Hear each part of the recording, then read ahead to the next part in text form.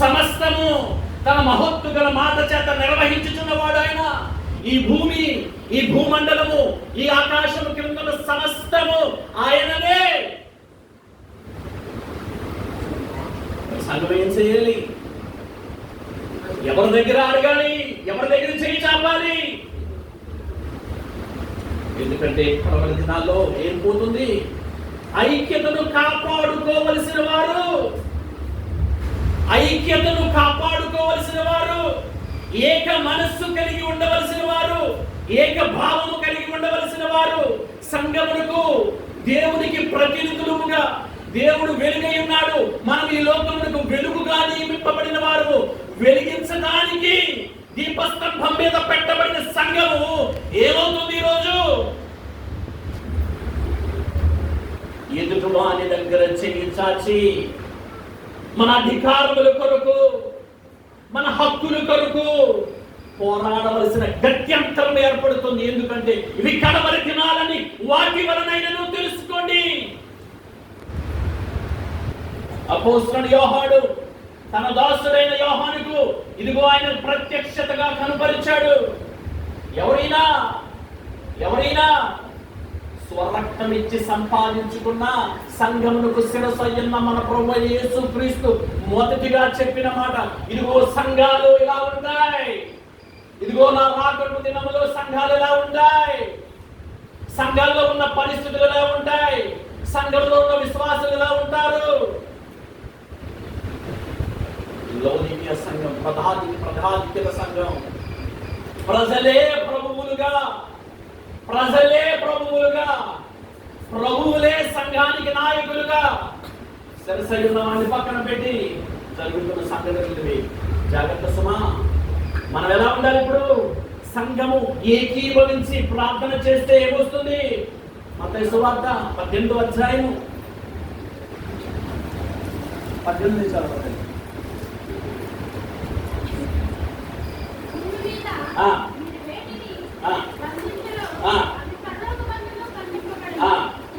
మీరు మర్చిపోవద్దు, సంఘాన్ని గురించి చెప్తున్న మాటలవి. మీరు భూమి మీద దేవుని బంధించురు, పరలోకమందును బంధింపబడును, భూమి మీద వేటిని విప్పుదురు,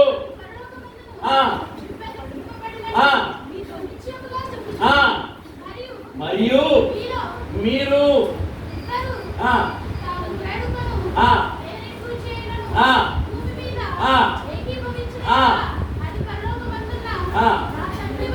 ఎలా ఏకీభవించాలండి? ఇప్పుడు సంఘములో లేనిది కొరత ఏంటి? ఇప్పుడు అవును, ఒకే తండ్రి, ఒకే ఆత్మ, ఒకే విశ్వాసము, అన్ని మంచివే, కానీ ఏమి లేదు? ఆత్మ కలిగించు ఐక్యత లేదు, ఏకీభావం లేదు, ఐక్యత లేదు. ఇద్దరు కూడి ఎలా చేయాలి? ఇద్దరు కూడి ఇప్పుడు నేను ప్రార్థన చేస్తున్నప్పుడు, లేకపోతే అయ్యగారు ప్రార్థన చేస్తున్నప్పుడు నా మనసులో ఏముంది? విరోధ భావం. ఏంటా విరోధ భావం? చేసేసాడు ప్రార్థన. అమ్మా చూడండి, ఇద్దరు ప్రార్థన చేస్తున్నాం, ఏక మనసుతో చేస్తున్నామా? ఏక భావంతో చేస్తున్నామా? అమ్మ ప్రార్థన చేస్తుంటే నాకు విరోధ భావం, నేను చేస్తుంటే ఆ వారికి విరోధ భావం, ఏకీభవం లేదు. అందుకే మనం పోరాడినది ఎవరితో ముందు తెలుసుకోవాలి. ఇప్పుడు సంఘం ఎవరితో పోరాడుతుంది? మనుషులతో కాదు. ఎవరితో? అమ్మా ఏంటమ్మా అవును, నాకు అర్థం కావట్లేదు. ఇప్పుడు మీరు ఎవరితో పోరాడుతున్నారు? మీ అత్తగారితోనా? మీ మాట్లాడుతున్నా? మరి ఎవరితో పోరాడుతున్నారు? మనము, అందుకే ముందు చెప్పాను, మనము ప్రత్యేకింపబడిన వారము. ఇది మర్చిపోవద్దు. సెపరేటెడ్ ఆత్మీయులము, తర్వాత ఆత్మ సంబంధులము. ఎందుకు ఇవన్నీ ముందెందుకు చెప్పాను నేను?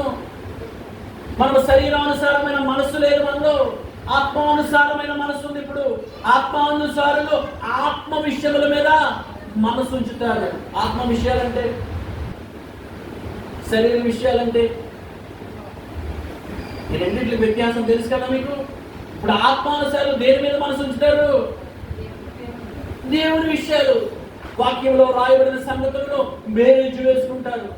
ఏం జరుగుతున్నాయి, ఏమి జరగబోతున్నాయి, సంభవింపబో సంగతులను మనోనేత్రాలతో చూస్తూ ఎప్పుడు ఎగిరిపోతామా, ఎప్పుడు వెళ్ళిపోతామా, ఎప్పుడు ఆయన వచ్చేస్తాడా, ఈ కడబల కూడా ఎప్పుడు మురుగుతుందా, మన దృష్టి అంతా, మన చెవులంతా ఎక్కడుంటాయి? మన స్వదేశం కదమ్మా. మరి మన మనుషులు, శరీరానుసారమైన మనుషులు, రేపు చికెన్ వండుకుందామా, రేపు మటన్ వండుకుందామా, తర్వాత పండుగ తెచ్చుకుని ఫ్రై చేసుకుందామా, బిర్యానీ వండుకుందామా, ఆ ఇల్లు కొనుక్కుందామా, ఆ భూమి కొనుక్కుందామా, అయ్యా నువ్వు ఇంతలో కనబడంతలో మాయమైపోయే అంటే వాడు. మరి ఈ లోకంలో ఉండి, ఈ దేహంలో ఉండి చేసిన ప్రతి క్రియకు ఫలం అక్కడ పొందవలసిన వారమై ఉన్నామని మనకి తెలుసు కదా. ఇది చిన్న జీవితం కదా, ఇది చాలా చిన్న జీవితం, కానీ నిత్యమైన ఉనికి పట్టుకు వెళ్ళగలిగితే శాశ్వత జీవితం. దేవునికి మహిమ కలుగుతుంది. శరీరానుసారమైన మనసు. ఇప్పుడు సంఘం ఎలా ఉంది? ఆత్మానుసారమైన మనసు. ఈ ఆత్మానుసారమైన మనసులో మనం ఐక్యత కలిగి ప్రార్థన చేస్తే, ఇద్దరు ఏకీభవించి ప్రార్థన చేస్తే పరలోకంలో దేవుని వలన మనం పొందుకోవచ్చు. అంటే ఇక్కడ శక్తి ఏముంది? మనం రాజుల శాసనాన్ని మార్చగలిగిన శక్తి మనకు ఉందని గుర్తుపెట్టుకోండి. ఎక్కడుంది? ఐక్యతలో ఉంది. ఎందుకంటే సాతాను మన వాడితో పోరాడుతున్నాం, అంధకార సంబంధమైన లోకనాథులతోనూ, ఆకాశ మండలంలో దురాత్మ సమూహములతోనూ మనం పోరాడుతున్నాం. అందుకే మనం ఎవరితో పోరాడుతున్నామో మనము స్పష్టత మనకుంటే, వాడి బలము, వాడి బలహీనత మనకు తెలుసుంటే, మనం ఇలా ఉన్న సంఘంలో ఎలా ఉంటాం? ప్రక్కని వాడిని కలుపుకొని, ప్రక్కని వాడితో ప్రేమ కలిగి, వారితో సహా మనం ప్రార్థన చేయగలిగితే ఇదిగో ఈ లోక రాజ్యాన్ని పోలగొట్టే సామర్థ్యము, స్వతంత్ర ఆ యొక్క గొప్ప శక్తి మనకి అనుగ్రహించాడు ఆయన. అవుతుందా? మనం ఎంత శక్తి గలవారమో, ఏ బలాన్ని మనకు అనుగ్రహించాడు? ఏ బలం ఇది? దేవునికి పిల్లలగుటకు ఆయన ఇచ్చిన అధికారము. మరి దేవుడు ఎవరు? తన నోటి మాట చేత సమస్తమును నిర్వహించుచున్నవాడు. అటువంటి వానికి మనం ఆయన పిల్లలముగా ఉన్నాము. అంటే అపోస్తలుడైన పౌలు అన్నాడు, సాతాను తంత్రములను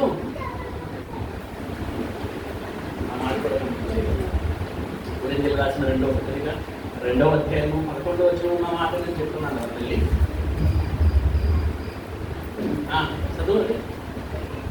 కొరింథీయులకు రాసిన 2వ పత్రిక 2వ అధ్యాయం.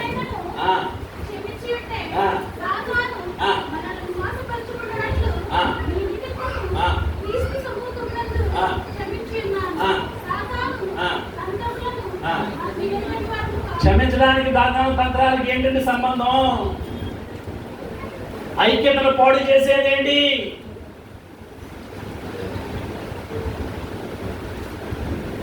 ద్వేషమే కదా, పగే కదా, కోపమే కదా, మతమే కదా. మరి ఇవన్నీ ఏంటి? శరీర కార్యాలు. ఇప్పుడు సాతాను దేని ఉపయోగించుకుంటున్నాడు? నా శరీరాన్ని అవయముగా, సాధనముగా ఉపయోగించుకుంటున్నాడు. సాతాను తంత్రములను ఎరిగిన వారమా, ఎరగని వారమా చెప్పాలి. ఎవరు? ఇప్పుడు ఎరిగితే, సాతాను తంత్రములను మనం ఎరిగితే మనం ఎక్కడ మోకలు వెళ్ళాలి? ఇప్పుడు ఎక్కడ మోకలు వెళ్తున్నాం? ఎవరిని అడగాలి? మరి ఎవరిని అడుగుతున్నాం? నేను లోక సంబంధిని కానట్టు మీరు లోక సంబంధులు కాదు చెప్పడం లేదైనా. మీరు లోక సంబంధులు కాదు. లోకము మిమ్ములను ఎరుగదు. లోకము మనల్ని ఎరుగదు అన్నప్పుడు లోకము దగ్గరికి వెళ్ళి మన హక్కులను అడుక్కుంటే మనం ఎవరమై ఉన్నాం? ఇప్పుడు మనం అడగవలసింది, మోకరలవలసింది, కన్నీరు కార్చవలసింది ఎక్కడా? మన తండ్రి. మనకన్నా ముందు మన వలె శోధింపబడిన వాడైనా, మనకన్నా ముందు అతి పరిశుద్ధ స్థలంలో ప్రవేశించిన వాడు, ఇదిగో తండ్రి కుడి పార్శ్వమున కూర్చుండి మన కొరకు విజ్ఞాపన చేస్తున్నవాడు ఒకడున్నాడు మనకి. తెలుసా? మర్చిపోయాడు. ఎందుకంటే ప్రజాధిక్యత సంఘం ఇది. ప్రజాధిక్యత సంఘములో కాపాడుకోనవలసింది కాపాడుకోవడం లేదు, కలిగి ఉండవలసినది కలిగి ఉండటం లేదు. ఏమంటున్నాడు? ఆత్మ కలిగించు ఐక్యతను కాపాడుకున్నవారే. ఇప్పుడు సంఘం ఎలా ఉండాలి? ఐక్యతను కాపాడుకోవాలి. ఐక్యతలో ఏముంది? ఐక్యతలో ఏముంది? మీరిద్దరూ ఏకీభవిస్తే, మనమందరము ఏకీభవిస్తే ఈ రాజు యొక్క శాసనములు మార్చగలిగిన సామర్థ్యము కలిగిన వారు మనం. ఈ లోకాన్ని తలక్రిందులుగా చేయగలిగిన సత్తా మనలో ఉంది ఈరోజు. కానీ మన శక్తిని మనమే బుద్ధిపూర్వకంగా మర్చిపోవడానికి వాడి తంత్రం అది, వాడి ట్రిక్ అది. వస్తున్నారా నాతో? వస్తున్నారా? ఏ అధికారం ఇచ్చాడు మనకి? ఏ అధికారం చెప్పండి రా బాబు. ఏ అధికారం కలిగిన వారు? ఉత్తిత్త అధికారాలు కాదు. ఇంత గొప్ప అధికారం మనం ఐక్యతగా ఉంటే. బంధం ఆయన ఏర్పాటు చేసేశాడు. ఈ బంధాన్ని గురించి మనం ఆలోచించవలసిన పని లేదు. ఈ బంధం ఆయన ఏర్పాటు చేశాడు. ఈ బంధాన్ని ఏర్పాటు చేయడానికి ఆయనే మన కొరకు దిగొచ్చాడు. ఆయన ఇది విమోచన క్రయధనము చెల్లించేశాడు. ఈ బంధము చేత ఐక్యపరచబడిన పడవలసి ఉండి లోకమునకు వెలుగుగా ఉండవలసిన సంఘం ఏముంది? ఆరిపోయి. ఇప్పుడు 7 సంఘాల గురించి ఒక ప్రశ్న అడిగాను. ఎప్పుడు ఏమన్నాను? 7 సంఘాలు వెలుగుతున్నాయా ఆరిపోయి అని అడిగాను. ఎవరికైనా గుర్తుందమ్మా? ఎవరైనా ధ్యానించారా? ప్రతి సంఘానికి మారు మనసు పొందమని చెప్తున్నాడు. అంటే ఏంటి అర్థం? అస్ఫుర్ణ సంఘాన్ని తప్ప కర్మ సంఘాలకు అన్నింటికి మారు మనసు పొందమని చెప్తున్నప్పుడు ఏంటి అర్థం?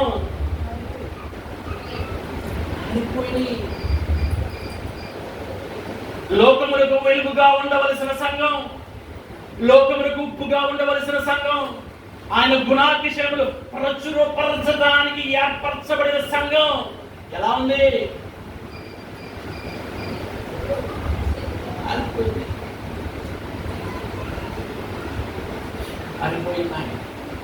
ఆలోచించాలి. సంఘంలో ఏం కావాలి? ఐక్యత కావాలి. ఎందుకు ఈ ఐక్యత? ఏకీభావము, ఏక మనస్సు, ఏక భావముతో మనము కూడుకున్న గదిలో ఉన్న ప్రతి ఒక్కరు ఏకభావముతో ప్రార్థన చేస్తే ఏం జరిగినాయో అనేకమైన దృష్టాంతాలు బైబిల్లో ఉన్నాయి. లేవా అమ్మా? ఎన్ని దృష్టాంతాలు ఉన్నాయి? పేతురు గురించి సంఘము అమ్మా అమ్మా చెప్పమ్మా. ఏ ఆశ? ఏ ఆశ? మనకున్న ఆశ ఏంటి? ఇప్పుడు నా పిల్లల దీవింపబడాలి, మంచిదే. ఆ పరిణితి దాటి ఇంకొక లెవెల్లోకి వెళ్ళిపోవాలి మనం. ఎందుకంటే మనం వెలిగింపబడిన వారు. ఎందుకు? ఈ వెలుగు మన కొరకు కాదు, ఇతరులకు. ఇదండి వెలిగింపబడిన వాడు వెలుగిచ్చుటకు అని రాయబడింది అక్కడ. వెలిగింపాలి. దీపం ఎవరికి ఉపయోగపడుతుంది?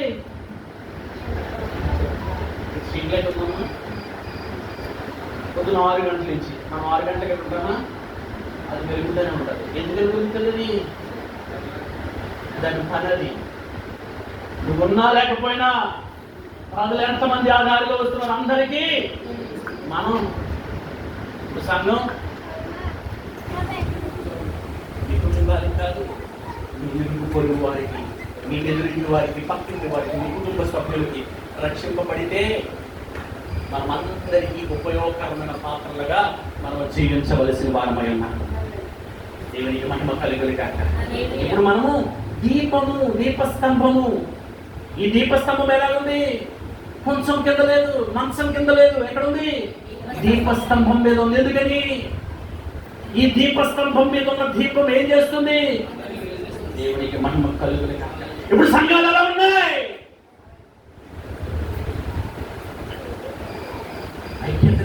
కాపాడుకోవలసింది కాపాడుకోవడం లేదు, కాపాడుకోవలసింది కాపాడుకోవడం లేదు.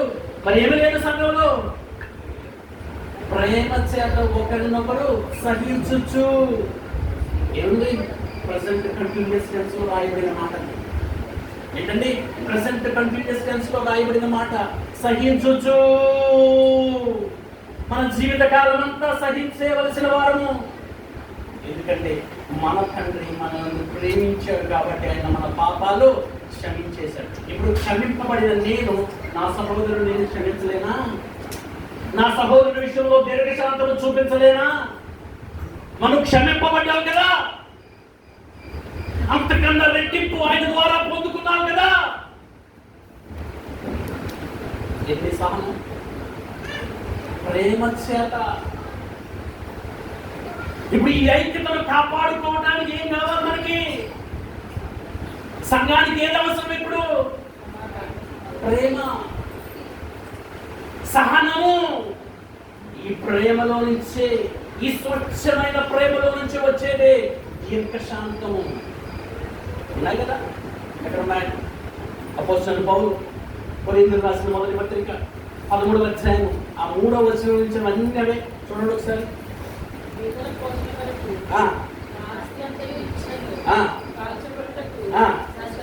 అమ్మా చూస్తున్నారన్నమాట, చూస్తున్నారన్నమాట. దొరికిందా? చూడండి, చదువుతాను. అమ్మా నేను సంపూర్ణ విశ్వాసం ఉన్నవాడినైనా నాకు ప్రయోజనం లేదు. మరి ఏముండవలసిందేంటి? ప్రేమ. అమ్మా అమ్మా నువ్వు చదువుతున్నప్పుడు అనుభవిస్తూ చదువు. ఎందుకంటే నువ్వు చదువుతున్న మాట నీలో కార్యం చేయాలి. అంతేగాని మనం చదివేసాం అయిపోయిందని కాదు. ఈ వాక్యం ఎప్పుడైతే నీతో మాట్లాడటం ప్రారంభిస్తుందో నాలో ఏం జరుగుతుంది? నాలో ఏం కార్యం అది? నేను నా ఆ యొక్క విషయాలు నేను లేకపోతే దాన్ని నన్ను సరిచేసేది ఈ వాక్యం. అందుకే అనుభవిస్తూ చదవండి, అర్థం చేసుకుంటూ చదవండి. మనం అనేక సార్లు చదివాం, ఇది మనకేం కొత్త కాదు ఇది. ఎందుకంటే 4-5 తరాల నుంచి మనం క్రైస్తవం అండి. ఎన్ని తరాలమ్మా? 4-5 తరాల నుంచి మనం క్రైస్తవులుగా పిలవబడటానికి ఇష్టపడుతున్నాం. కానీ క్రియలను బట్టి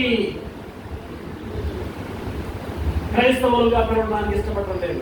ఆదివారం చర్చకొస్తే క్రైస్తవుడే, సోమవారం నుంచి శనివారం వరకు లోకం ఎలా ఉన్నా ఆదివారం క్రైస్తవుడే. ఏమంటున్నాడు? ప్రేమ దీర్ఘకాలము. అమ్మా మనం సహనం ఎక్కడి నుంచి వస్తుంది? ప్రేమలో. తర్వాత దయ చూపించును. అమ్మా మత్సరపడదు. దమ్ము అంటే నేనెవరో తెలుసా నీకు? తెలుసా మీకు? నాకున్న అర్హత ఏంటో తెలుసా మీకు? నా బ్యాంక్ బ్యాలెన్స్ ఎంతో తెలుసా మీకు? నా కారు ఉందో తెలుసా మీకు? తెలుసా లేదా? మనమందరం ఎలా ఉన్నాము? క్రీస్తు యేసులో మనమందరం ఎలా ఉన్నాము? నేను అడిగిన దానిగా సమానం. అక్కడ చేపెట్టుకుని మళ్ళా గలతీయులకు రాసిన పత్రిక 3వ అధ్యాయం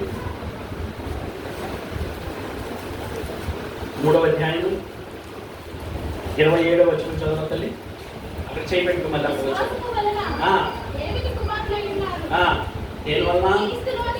దేనివల్లమ్మా? చదువుతున్నారు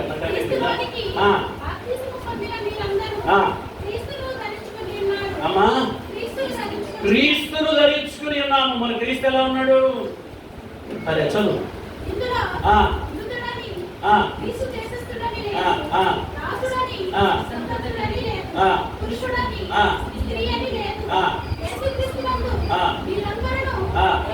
ఎలా ఉన్నామమ్మా?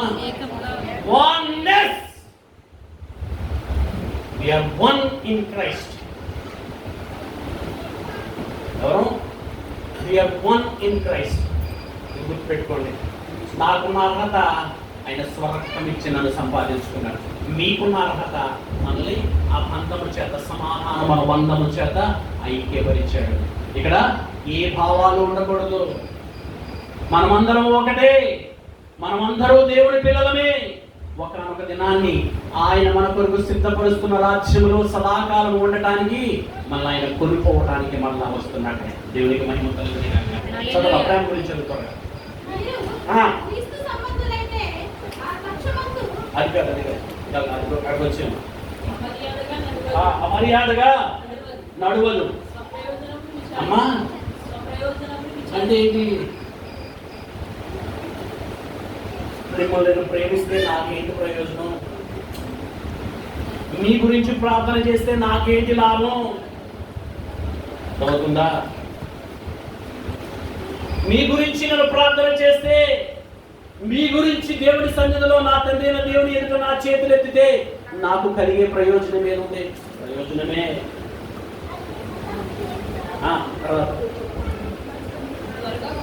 త్వరగా గుర్తుపెట్టుకోండి, ప్రేమ చేత ఐక్యతను కాపాడుకోవాలి మనం. అమ్మా అర్థమవుతుందా తల్లి మీకు?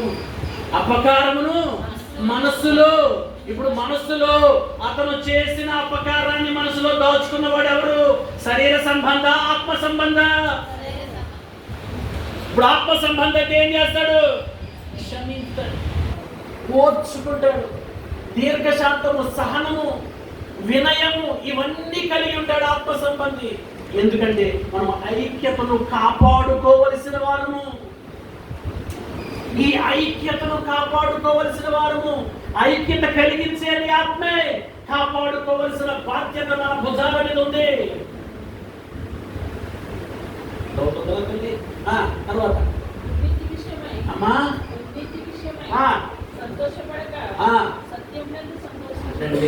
మనకు సంతోషించవలసింది వాక్యమునందు. సత్య విషయాల మీద మనం సంతోషించవలసిన వారము.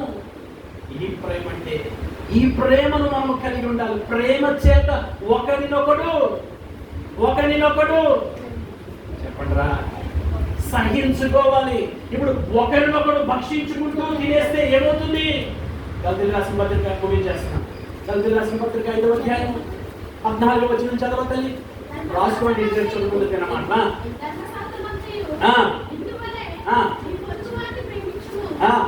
అని ఒక్క మాటలో సంపూర్ణమైపోయింది.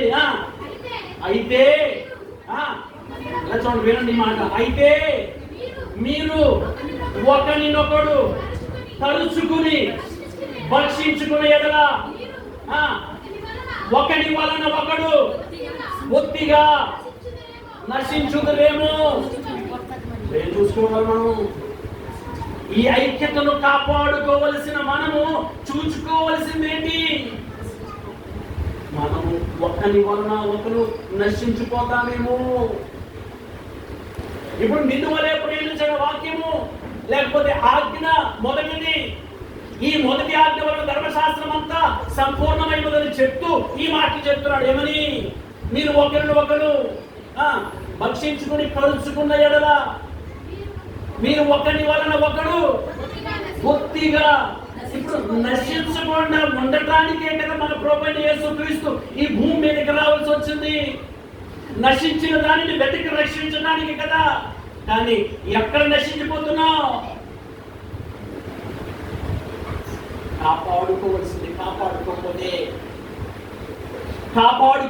కాపాడుకోకపోతే దేవుడు ఏ పనినైతే నీకు అప్పగించాడు, ఏ పని కొరకైతే నీ లోకంలో ఇంకా ఉంచాడు, ఆ పనిలో మనము కొనసాగపోతే మనము బొద్దుగా నశించిపోతామేమో.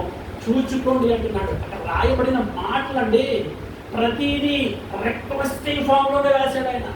బతిమాలుకునుచున్నాను, కోరుకునుచున్నాను. సంఘానికి ఎంత ప్రేమతో చెప్తున్నది. అందుకే ఆ కడవరి ఆ యొక్క మనం చదివిన భాగంలో కూడా ఏమన్నా ప్రభువుని బట్టి ఖైదీనైన నేను బ్రతిమాలుకునుచున్నాను. ఏమంటారంటే అపోస్తలుడైన పౌలు సంఘాన్ని బ్రతిమాలుకుంటున్నాడు. ఇదిగో భూమి మీద తదనంతరము దేవుని రాజ్యంలో ఆయన ఎదుట ఉండటానికి నియమింపబడిన ఈ సంఘం ఎలా ఉండాలి? ఐక్యతను కాపాడుకోవాలి. ఇదిగో సాతాను మనలో ఉన్న ఐక్యతను పాటు చేయడానికి మన శరీరాన్ని ఉపయోగించుకోవాలి. నరుని కోపము